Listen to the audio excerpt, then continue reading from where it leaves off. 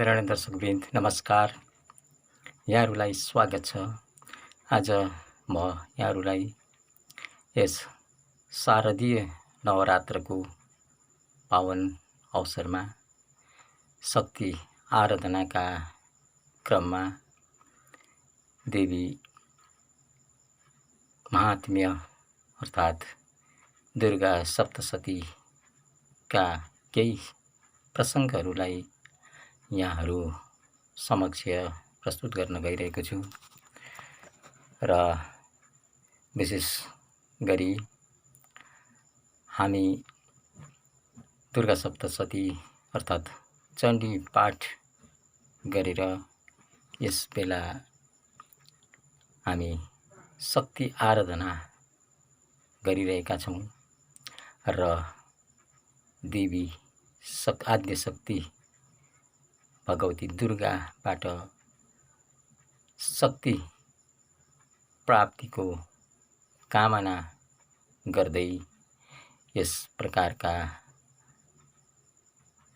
स्तोत्रहरू देवी स्तोत्रहरू पाठ गरिरहेका छौँ र यसै सन्दर्भमा देवी स्तोत्र देवी महात्म्य वर्णन गरिएको महत्त्वपूर्ण धार्मिक ग्रन्थ दुर्गा सप्तशतीका केही प्रसङ्गहरू यहाँहरू समक्ष प्रस्तुत गर्न गइरहेको छु र यसमा देवी माता प्रति समर्पित यस दुर्गा सप्तशतीमा देवीका 3 चरित्रहरू वर्णन गरिएको छ, जसमा प्रथम चरित्रमा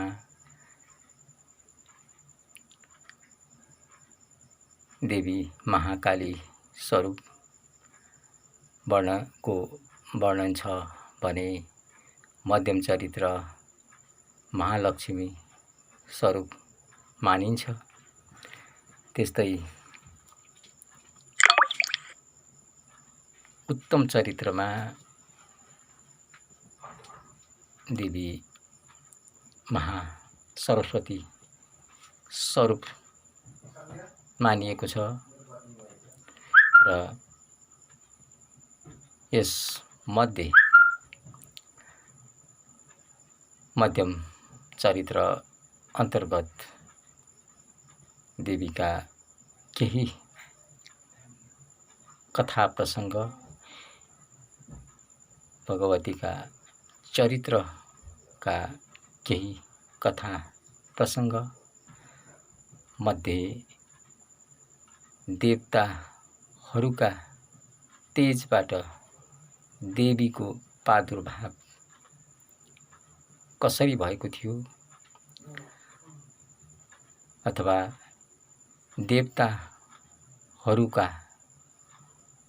तेजबाट देवीका उत्पत्तिका क्रममा कुन देवताको तेजबाट देवीको कुन अङ्गको उत्पत्ति र निर्माण भएको थियो, त्यसै सन्दर्भमा यहाँहरूलाई म केही प्रसङ्ग उल्लेख गर्न गइरहेको छु र यो दुर्गा सप्तशतीको द्वितीय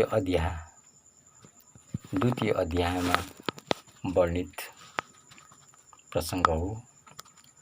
आउनुहोस् यसै सम्बन्धमा म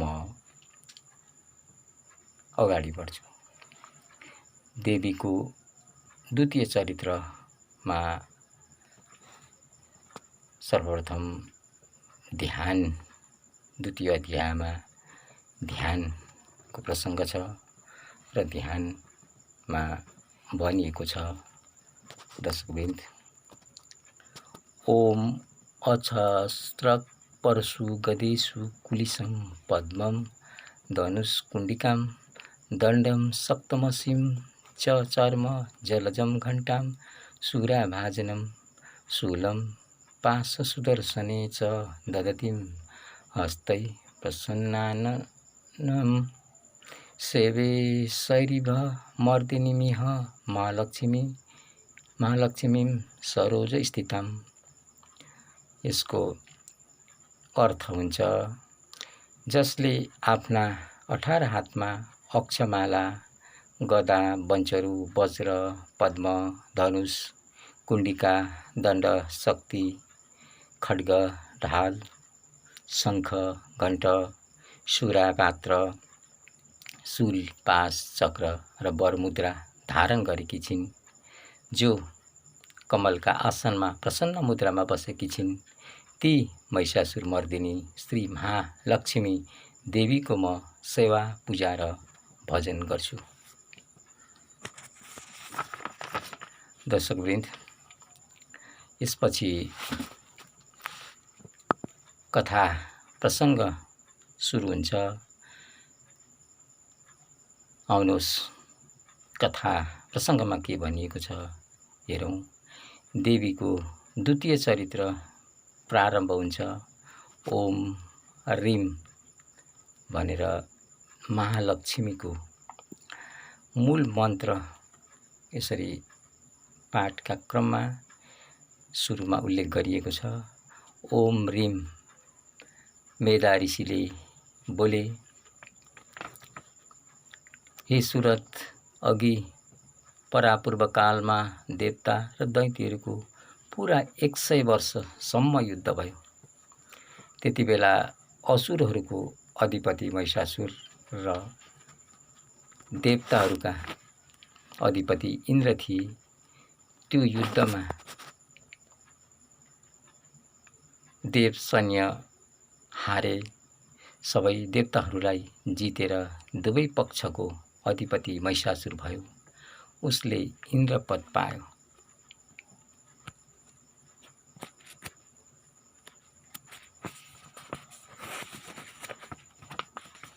त्यसपछि दैत्यहरूबाट पराजित भएका देवताहरू प्रजापति पद्मयोनिलाई अघि लगाएर जहाँ शिवजी र विष्णु थिए त्यहाँ गए।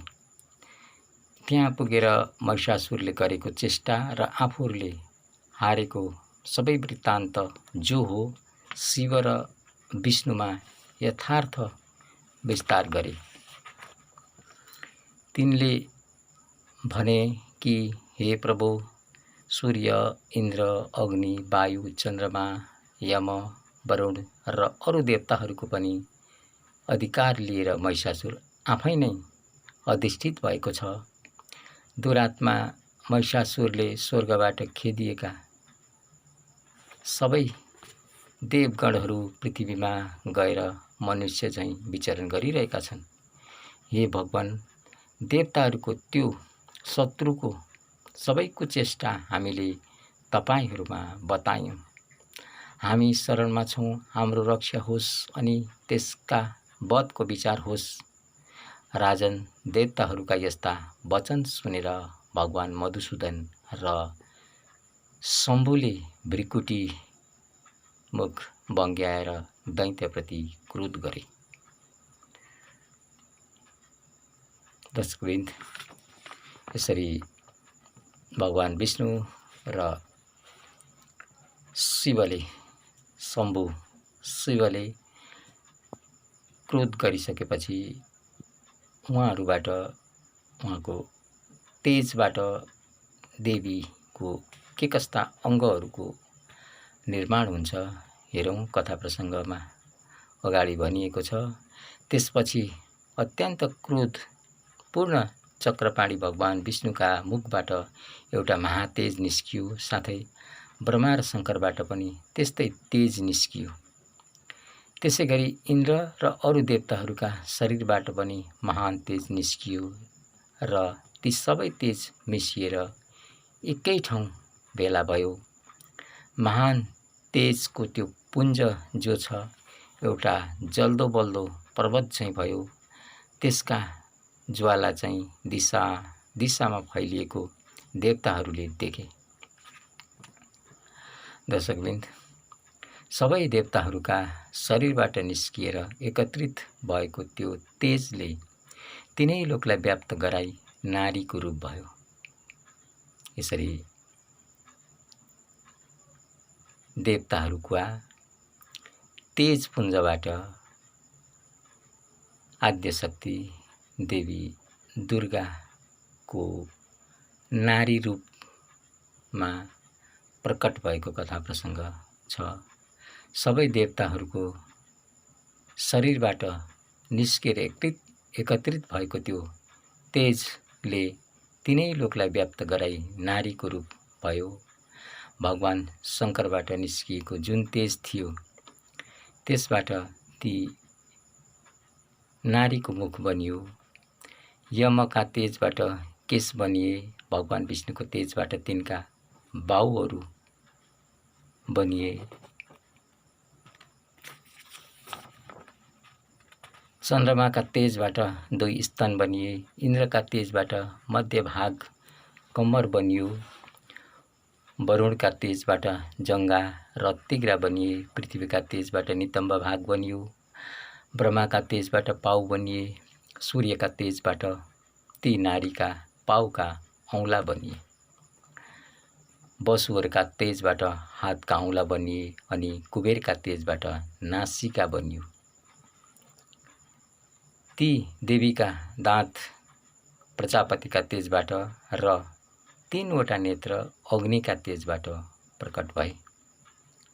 दुवै सन्ध्याका तेजबाट आँखी भुइँ र वायुका तेजबाट 2 कान प्रकट भए।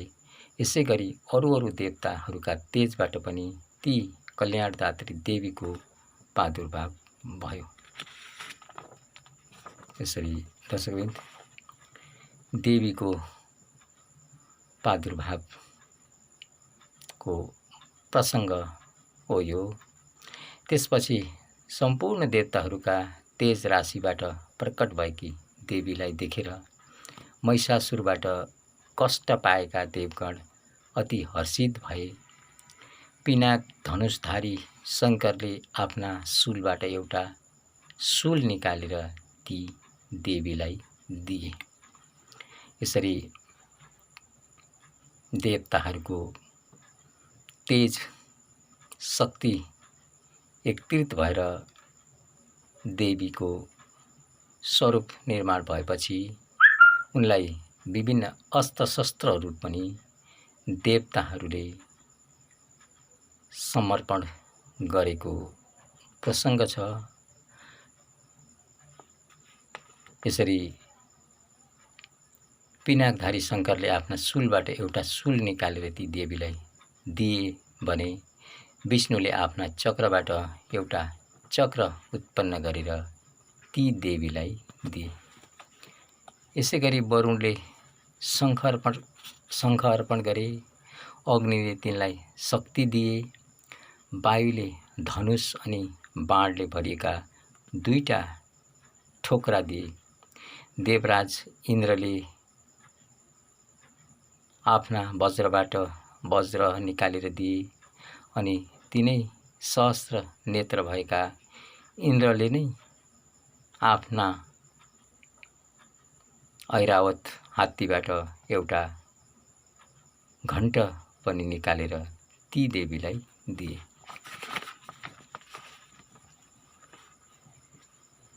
यमराजले कालदण्डबाट दण्ड झिकेर दिए। वरुणले पास, प्रजापतिले अक्षमाला अनि ब्रह्माले कमण्डलु दिए। देवीका समस्त रोम कूपहरूमा सूर्यले आफ्ना किरणहरूको तेज भरिदिए। कालले निर्मल ढाल र तरवार ती देवीमा अर्पण गरे। दर्शकवृन्द, क्षीर सागरले अर्थात् क्षीर समुद्रले उज्जवल हार अनि कहिल्यै पुरानो नहुने दिव्य 2 वस्त्र दिए। आफ्नै साथै उनले दिव्य चूडामणि, दिव्य 2 कुण्डल, दिव्य 2 बाला, शुभ्र अर्धचन्द्र, सबै हातमा बाजु, चरणमा निरपुर, घाँटीमा सुन्दर र उत्तम सिक्री, हँसुली, पनि चढाए।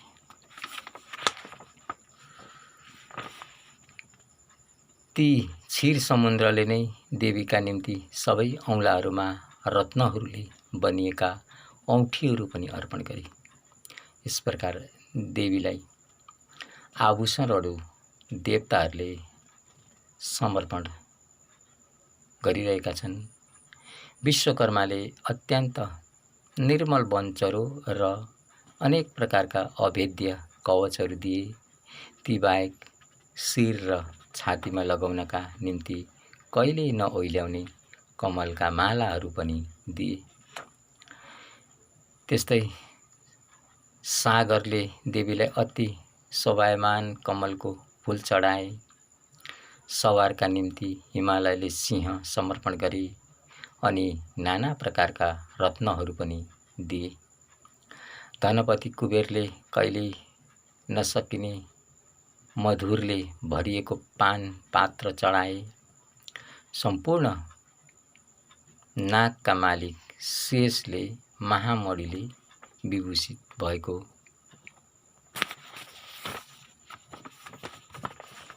नागहार देवीलाई अर्पण गरे। ती शेष नाग यस्ता हुन् जसले सम्पूर्ण पृथ्वीलाई धारण गरिरहेका छन्। यसै प्रकारले अरू देवताहरूले पनि आभूषण र अस्त्र शस्त्र दिएर देवीको सेवा गरे। यसरी सम्मानित भएकी देवीले बारम्बार अट्टहास गरेर उच्च स्वरले गर्जना गर्न लागिन्। उनका यो घोर नादले सम्पूर्ण आकाश गुञ्जायमान भयो। आदरणीय दर्शकवृन्द, देवीको यो अत्यन्त उच्च स्वरले गरिएको सिंहनाद कहीँ अटाउन सकेन। त्यो स्वरका निम्ति आकाश सानो भए जस्तो भयो। त्यो ध्वनि यतै फर्किएर आयो, जसले गर्दा सम्पूर्ण विश्वमा खलबल भयो। समुद्र कम्पायमान भए, पृथ्वी र पर्वत हल्लिन लागे। त्यस बेला सबै देवताहरूले सिंहवाहिनी भगवतीसित भने, देवी तिम्रो जय जय।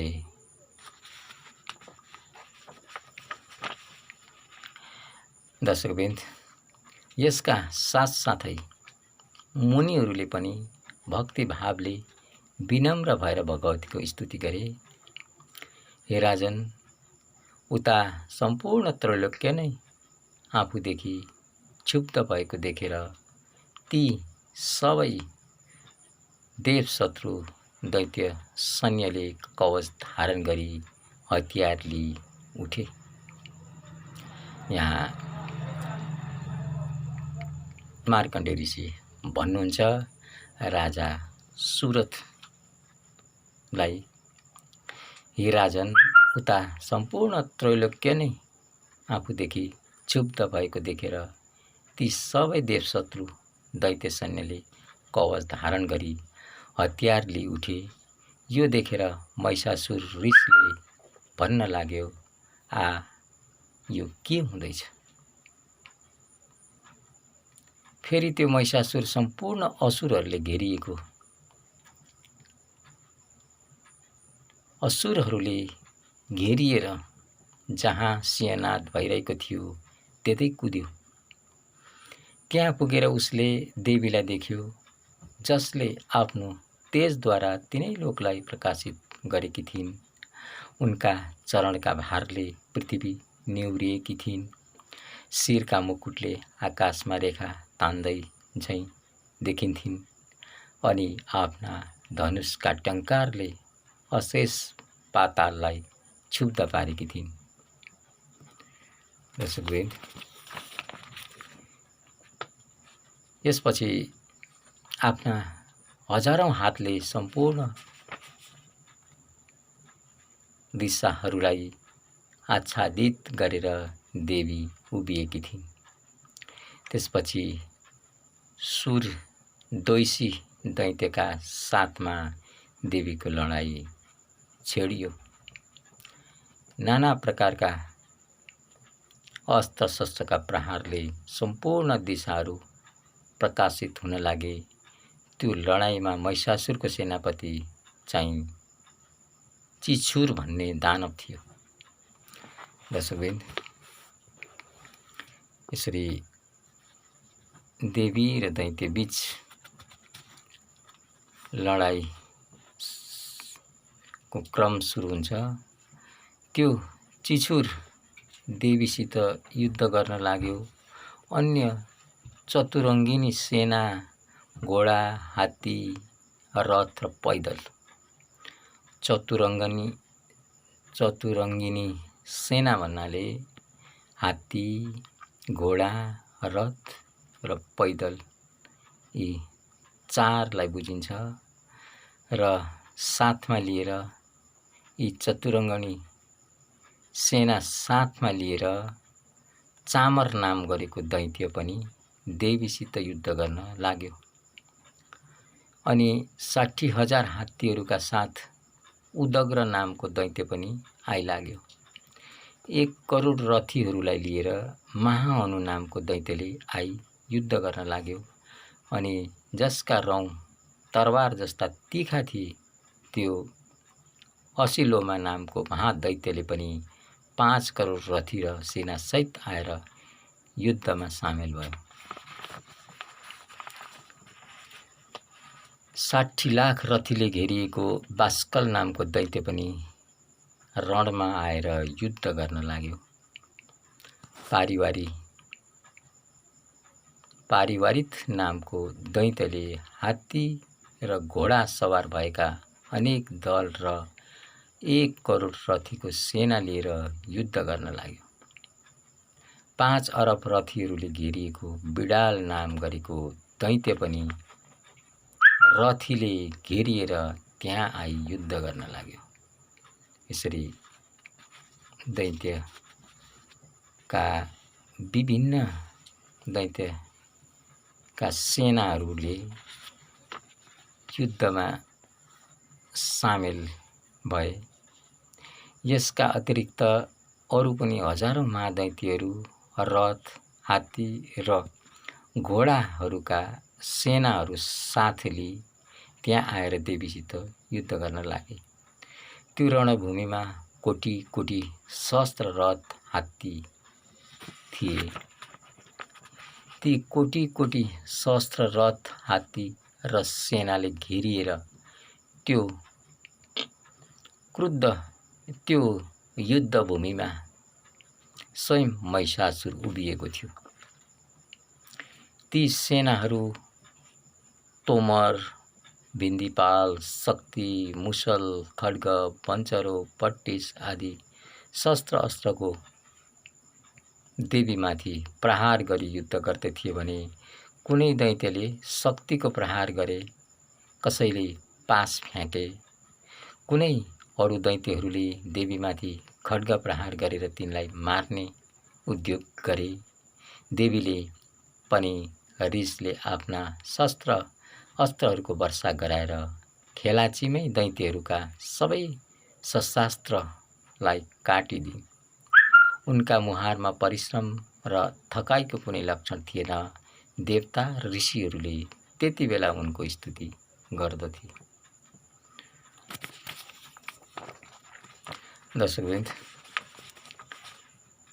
त्यस बखतमा भगवती परमेश्वरीले दैत्यहरूका शरीरमा शस्त्रास्त्रको वर्षा गरी नै रहिन्।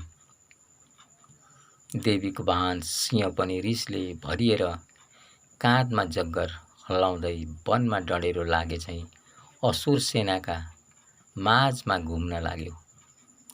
अम्बिका देवीले रणभूमिमा युद्ध गर्दा जति निश्वास छोड्थिन्, तत्काल नै ती सबै 100 करोड हजारौं गणहरूका रूपमा प्रकट हुन्थे र परशु, भिन्दिपाल, तरवार, पट्टिस आदि प्रहार गरेर असुरहरूसित युद्ध गर्थे।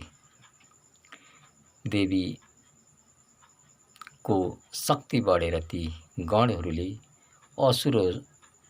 असुरहरूको नाश गर्दा गर्दै नगरा, शङ्ख आदि बजाउन लाग्थे। इस प्रकार देवी र दैत्यका बीच युद्ध चलि नै रहेको अवस्था छ दर्शकवृन्द। हे राजा सुरथ, मार्कण्डेय ऋषि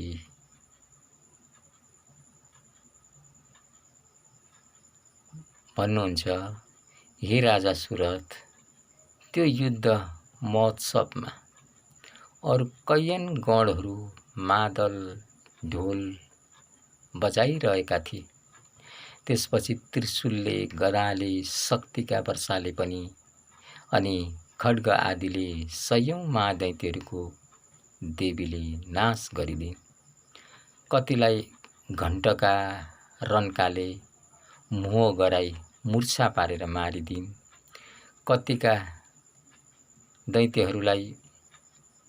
दैत्यहरूलाई पासले बाँधेर भुइँमा घिसारिन् त कति दैत्य ती देवीका तीखा तरवारले काटिएर दुई गिँड भए। कैयौं असुर गदाका प्रहारले घाइते भएर भुइँमा सुते अनि कति चाहिँ मुसलका पिटाइले सहन नसकेर मुखबाट रगत बमन गर्न लागे। यसरी दैत्यमाथि देवी शक्तिले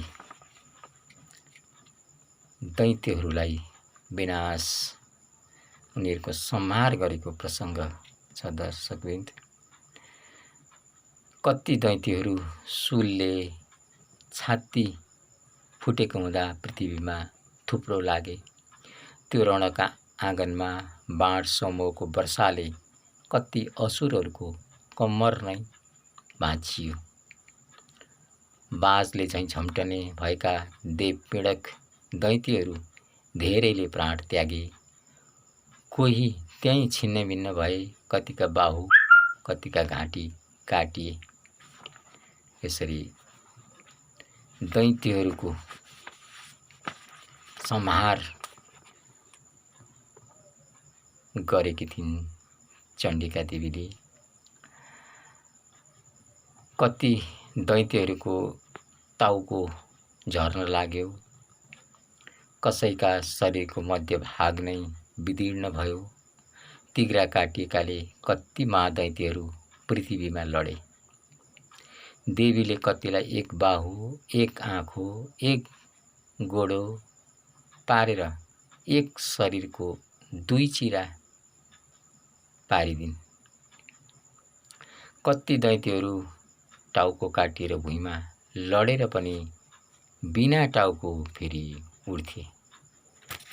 यस्तो आश्चर्य अवस्था समेत दैत्यहरूबाट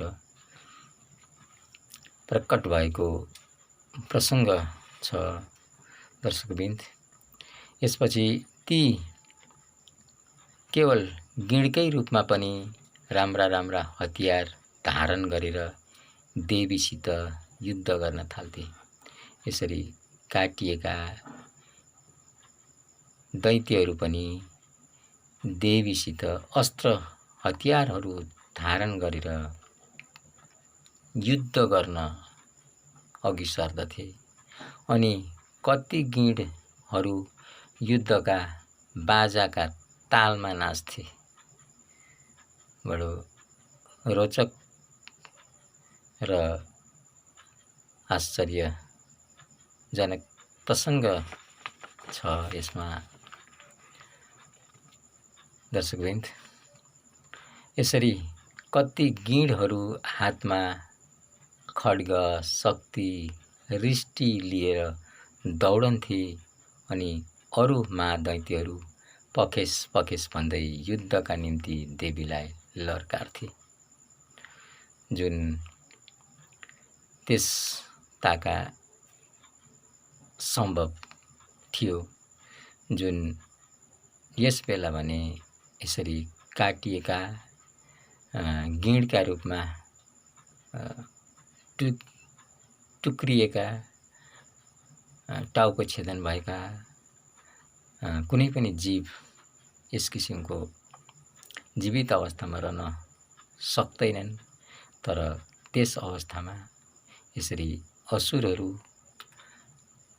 त्यसरी शिरछेदन भएको काटिएको गिँड अवस्थामा पनि युद्ध गरेको देवताहरूसँग युद्ध गरेको प्रसङ्ग छ दर्शकवृन्द। यसपछि जहाँ त्यो घोर सङ्ग्राम भएको थियो त्यहाँको भूमि देवीले लडाएका रथ, हात्ती, घोडा र दैत्यहरूका लासले यति ढाकिएको थियो कि त्यहाँ जान नै नसकिने थियो। दैत्यहरूको सेनामा हात्ती, घोडा र असुरहरूका शरीरबाट धेरै रक्तपात भएको थियो। केही बेरमा त्यहाँ रगतका नदी नै बग्न लागे दर्शकवृन्द।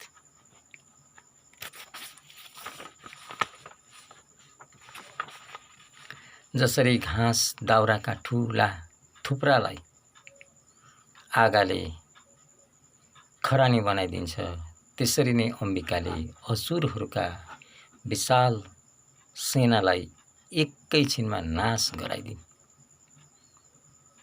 देवीको वाहन सिंहले आफ्ना गर्दनका जग्गर हल्लाउँदै घोर शब्द गरी गर्जिएर ढलेका दैत्यहरूको शरीरमा प्राण खोज्न लागे चाहिँ गर्दथ्यो।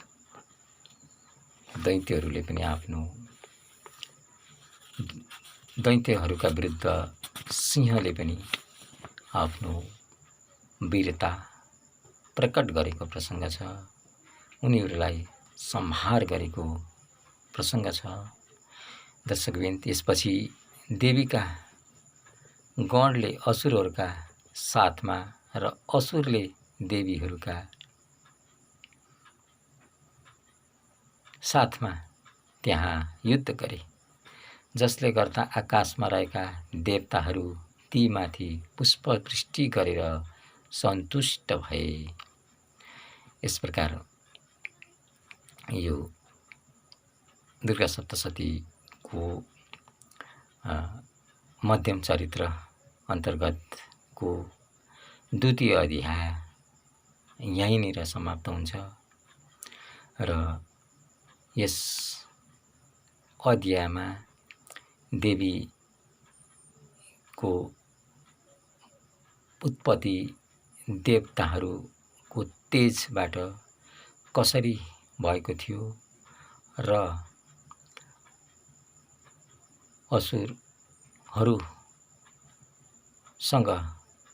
देवीको उत्पत्ति भएपछि भएको युद्धको प्रसङ्ग यस अध्यायमा वर्णित छ र यस पछिका प्रसङ्ग कथा प्रसङ्गहरू सन्दर्भ अनुसार अन्य अध्यायहरूमा वर्णन गरिएको छ। तिनलाई पनि म विभिन्न प्रसङ्गमा अवश्य पनि लिएर आउने नै छु र यति भन्दै आजको यस प्रसङ्गलाई दुर्गा सप्तशतीको यस प्रसङ्गलाई यहीँ अन्त गर्न चाहन्छु दर्शकवृन्द। अवश्य पनि देवीका चरित्रहरूको र देवी महात्म्यहरूको प्रसङ्ग श्रवण गर्नाले र यिनको चरित्रहरूको स्मरण गर्नाले मनुष्यहरूमा देवीका अनुकम्पा र उहाँबाट शक्ति अवश्य प्राप्त हुने शास्त्रमा बताइएको छ र त्यसलाई यहाँहरूले सुनेर अनि भिडियो मार्फत यी कुराहरूलाई मनन गरेर अवश्य पनि शक्ति प्राप्तिमा यसबाट केही सहयोग पुग्ने नै छ भन्दै र जसले यो हाम्रो च्यानललाई भर्खर मात्र हेर्दै हुनुहुन्छ अर्थात् नयाँ हुनुहुन्छ उहाँहरूले हाम्रो च्यानललाई सब्स्क्राइब गरिदिनु होला। त्यस्तै जसले हेर्दै आउनुभएको छ उहाँहरूले यसलाई लाइक कमेन्ट र सेयर गर्नुहुने नै छ भन्दै बाँकी यस्तै नयाँ प्रसङ्गका भिडियोहरू लिएर आगामी दिनहरूमा आउने प्रतिबद्धता गर्दै आजलाई यतिमै बिदा चाहन्छु।